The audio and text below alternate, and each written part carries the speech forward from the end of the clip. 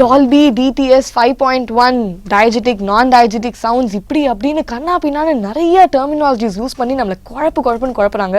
So S, இது எல்லாத்துக்கும் answer பண்ணுறதுக்கு தான் we have with us the sound engineer Tapas Nayak.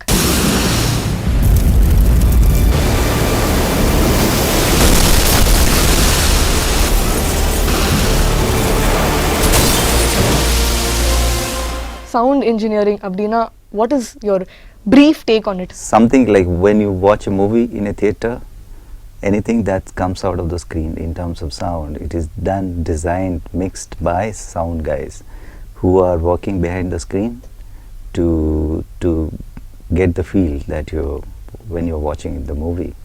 So that's what it is all about, sound engineering. Okay, so இப்போ ஒரு ஃப்ரேமில் வந்து we have so many elements in the frame and each and every element in the sound engineering is also you can also call it an eye for detail, இல்லையா? Because that's what it is. So how do you manage such intricacies? How do you deal with such intricacies? No, it's very simple. Actually, when you are mixing a movie, you just become the audience. You become the first audience, and then when you're watching it, what you expect. Everything starts from elimination. Like it's like what do you want to focus? Like suppose 50 things are playing. You want only one particular thing to be focused, and rest of the things to be there, invisible. It's there, but it's in a place where you don't hear it.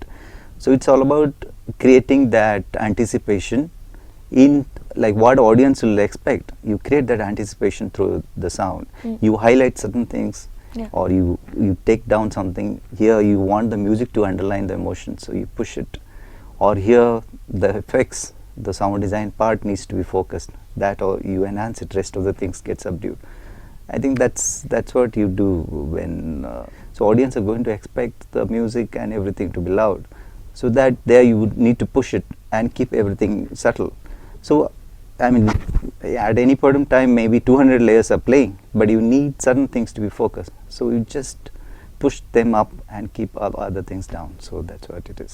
So in terms of technology, we have, like you were saying, Dolby and Dolby Atmos now. That's an extended version. And 5.1 DTS, that's on a different track, is it? So can you just explain the technicalities of it? No, what has happened is like with time, technology has evolved so much in terms of first it was optical recording, then magnetic, then digital came in. After digital came in, then there was 5.1 systems, 5.1 DTS, Dolby, both were there. So the mono track which you used to play from one speaker, then you had evolution to 5.1 systems where multiple speakers were playing. Now you have more number of speakers playing, so which like makes it more detailed, more precise. You can position your sound wherever you want to.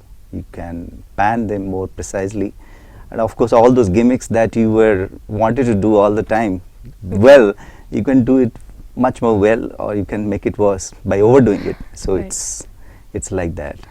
So if technology actually brings us such originality, those days they actually used to go and record sounds. Isn't that a lag, or are we losing something here?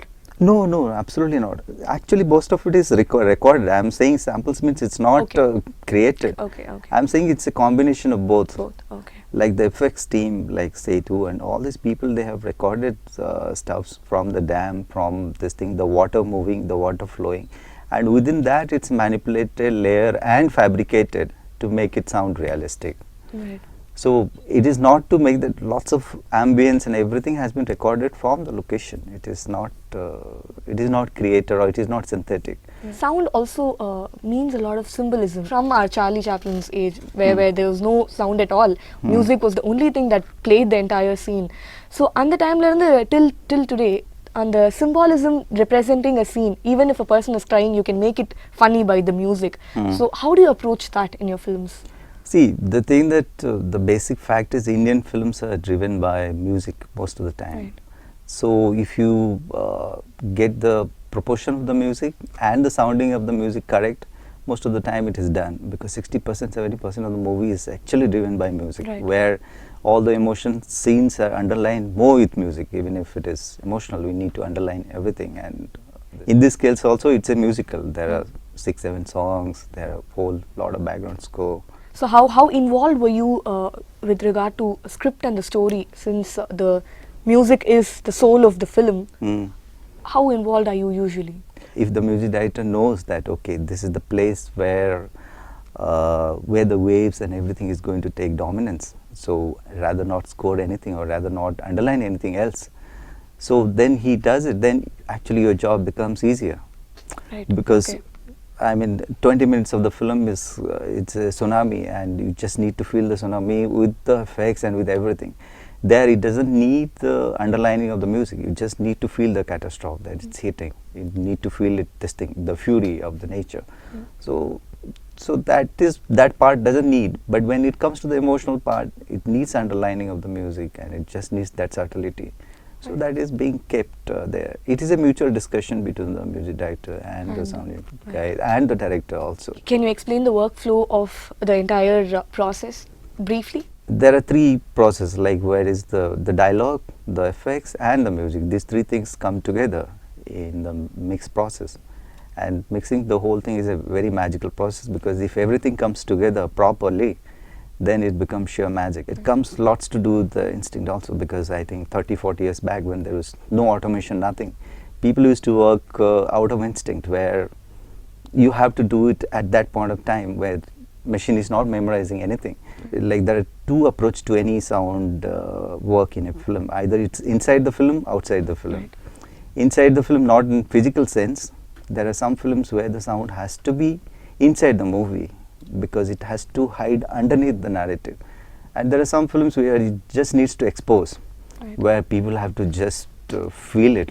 It's the instinct, it's the final decision, like where your hand is pushing, where which emotion you want to underline or which you don't want to underline. Is there any particular aspect of music or direction of film that irritates you when you sit down to do something and you're like, oh, this is basic and this should have happened while shooting?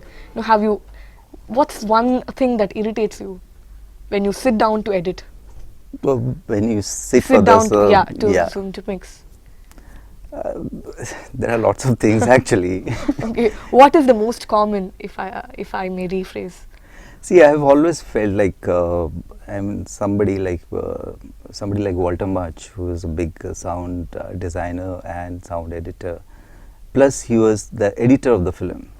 So what he could do was he could mold his edit in such a way that it could suit the whole sound design or the sound pattern of the movie, the soundscape of the movie.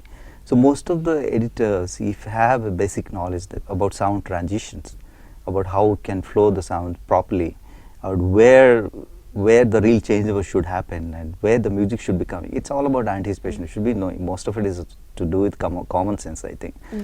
So you do it, then it's all done. Then you don't have to break the flow, or you know that this is the place where it's going to take dominance. So you just don't have to. So all the small things actually. Thank you so much. It was lovely talking to you. Thank you. And we did get a little bit of edutainment here about the sound mixing and sound editing. Okay. Thank you so much, you. sir. Thank Yeah.